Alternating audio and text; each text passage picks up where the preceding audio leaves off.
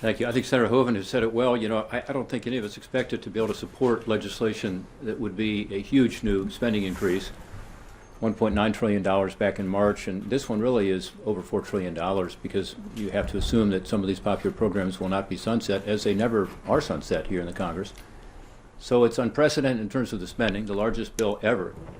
And then in terms of taxes, what a terrible time to raise taxes on the American economy and the American worker, American families. So I don't think we expected to support it, any of us, but I think we're really shocked by how bad it is. And particularly the fact that what they have done, I don't know if they meant to do this or not, was provide a huge tax cut for wealthy Americans. Let me give you a data point that is kind of shocking. 2/3 of millionaires, people making over $1 million a year, will get a tax cut under this legislation. 2/3 of people making over $1 million a year will get a tax cut, primarily because of the SALT cap being increased, but other reasons as well. Actually, the number is over 68%, so it's almost 70%.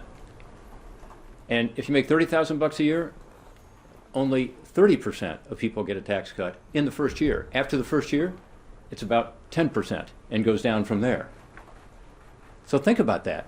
They're putting forward a bill that not only has this gargantuan new spending and all these tax increases, but the benefit of it goes to the higher end. And I don't think people think that's fair.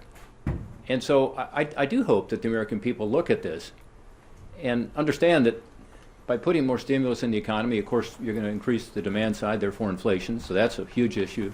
People I represent are primarily concerned about inflation right now. Of course, we don't want to put taxes on the economy right now as we're trying to get out of this pandemic. But it's even worse than that because it's so skewed toward benefits at the top end.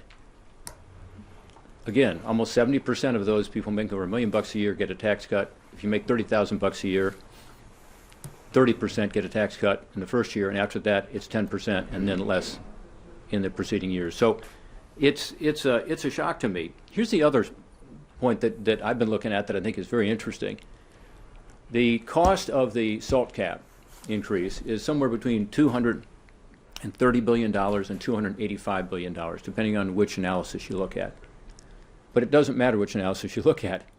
It's still $100 billion more for the SALT cap than for the cornerstone social policy in their legislation, which is the child tax credit, right? So when you look at this, the child tax credit is getting $100 billion less than the SALT cap. The SALT cap goes, again, skewed toward the wealthiest. So I don't know. I mean, maybe they meant to do this. That makes it even more surprising to me. I'm not sure they did, but this is what it is. And this is what the American people are going to judge. Does this benefit me? Is this the right thing for our country at this time of high inflation and struggling to get out of this pandemic? I think it's exactly the wrong policy prescription right now. And I hope people will rise up and let folks know in the House and the Senate, this is just not smart. This is not the right way for our country to proceed.